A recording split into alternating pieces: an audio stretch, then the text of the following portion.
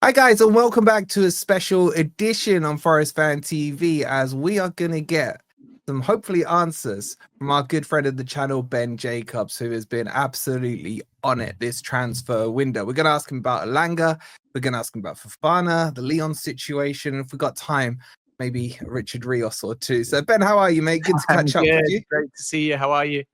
Yeah, good, mate. Good. You know, we're still in the Premier League. You're in the Championship. So, you know, order is restored. I thought that might come up. But I just want to crack straight into it. Obviously, we're limited on time today, man. Appreciate you coming on. We got to start with the Elanga story. So there was all of it kind of broke out yesterday. A bid put in from Newcastle, talks that things were getting close. What is the latest on the Elanga situation from what you understand? I think the deal is close. So last night, Newcastle were holding talks with Nottingham Forest and they were discussing the finer points of a deal. The bid was around 55 million. My expectation is that Nottingham Forest, even though they're not like-for-like profiles, will be looking at 62.5 million for Mateus Cunha, 62.5 million, including add-ons rejected for Brian Mbumo, and saying Elanga is the kind of player that should be somewhere close to that number. So it might take 60 odd million, depending on the structure. 55 might end up being good enough, but these kind of things at the time of recording are being finessed. And what I can tell you is that Newcastle United are confident. They haven't yet agreed terms with the player. But I think this second bid is quite telling because Newcastle have tried for a variety of players and several times, and they haven't had much success, which is kind of like a backhanded compliment because as soon as you move into Champions League, you're often competing against big six clubs. So as you raise your ambition, your chances of succeeding every time can diminish. But I think the feeling was that with João Pedro, Newcastle spent a lot of time and energy, and then Chelsea just swooped in. With Elanga, after the first bid, 45 million, which was pretty roundly dismissed, there was a period of deliberation to work out, is there actually a number that Forest will do business, even though they would be reluctant sellers? And I don't think that Newcastle would have placed this improved offer unless they felt in the club-to-club sense that a deal was there to be done. So Newcastle are now pushing at the time we're recording this. It's not done. Nottingham Forest are not going to make it easy, but there's definitely not as big a gulf in valuations between the clubs. And that's why Newcastle are hoping in the coming days or weeks that they'll be able to get this one over the line. And then if they get a club-to-club agreement, we should point out they still have to agree personal terms as well with the player. Yeah. So can I just clarify on 2 points? So personal terms of Elanga haven't been agreed between the two clubs. And what you said there as well about Forest looking for roughly, say, that 60 million pounds. Does that mean that within this bid, they will negotiate the 55 million, or would they need to reject that and say Newcastle kind of come again with a better offer?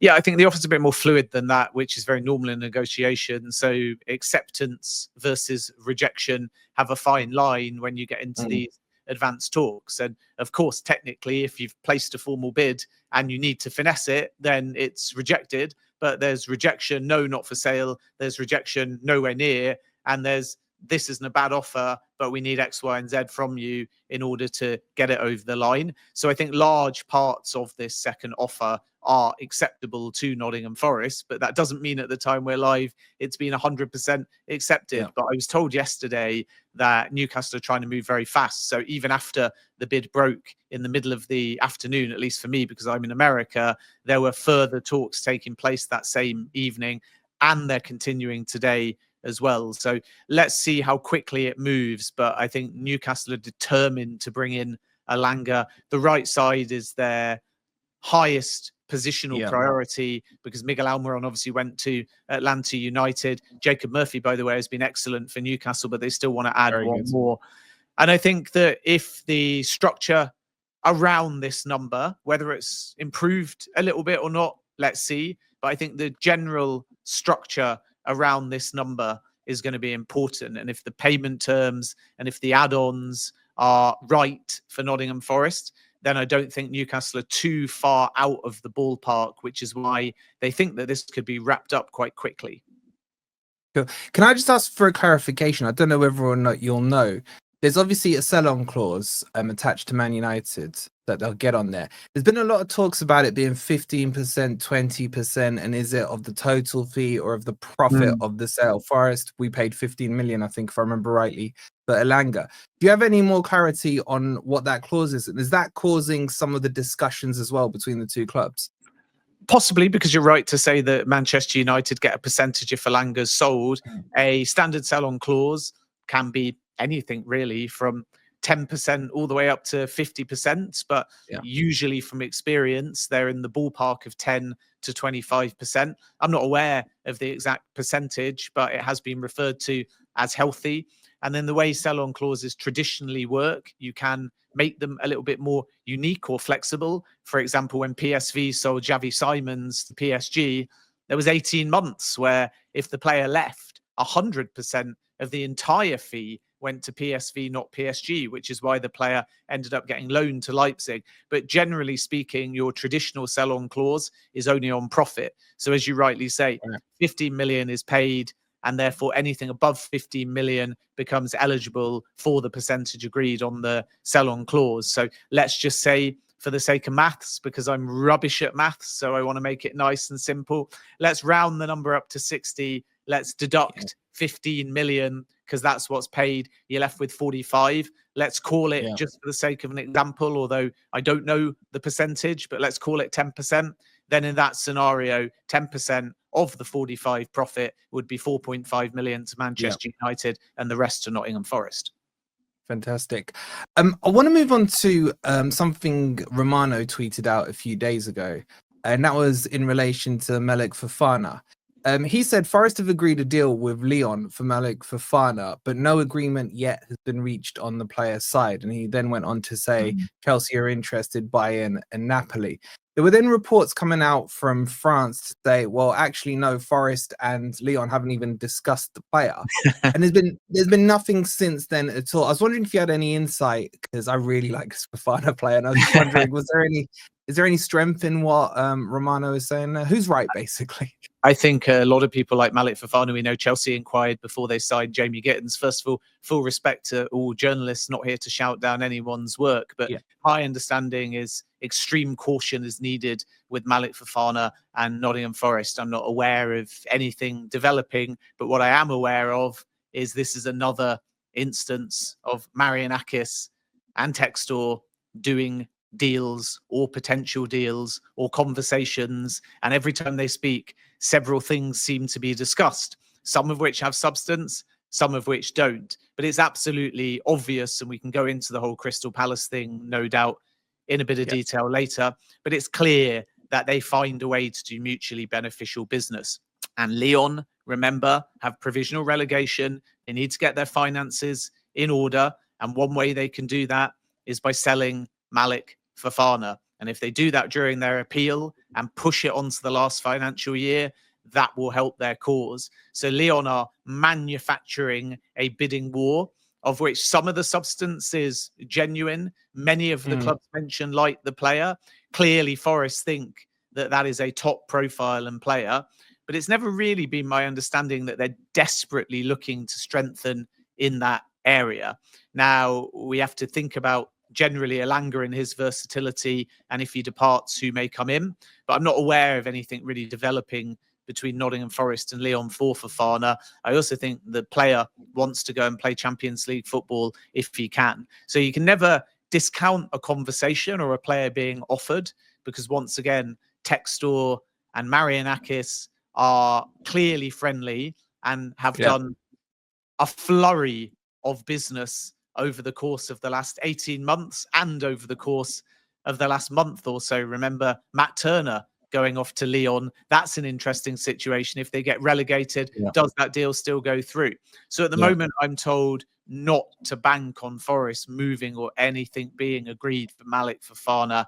And actually, it's only my read, this feels like grandstanding from either the Fofana camp or the Textor camp to make sure everybody knows that this is a player available for sale at a certain price, and that competitive tension may ultimately help Lyon, not just in terms of getting a sale, but in addition, it could be the difference potentially between keeping them in the league, because they need a boost in finances. Another factor in all of this is Textor himself, because remember, in selling his Eagle Holding stake in Crystal Palace, some of that money goes to Aries because it's owed, and some of that money goes back into Eagle Holdings, which ultimately also benefits Lyon. So there's a sort of irony in all of this, that the Palace sale has benefited Lyon financially. Lyon need those finances. The same for Malick Fofana if they sell, to really satisfy the French financial authorities that will control their fate as to whether they go from provisionally relegated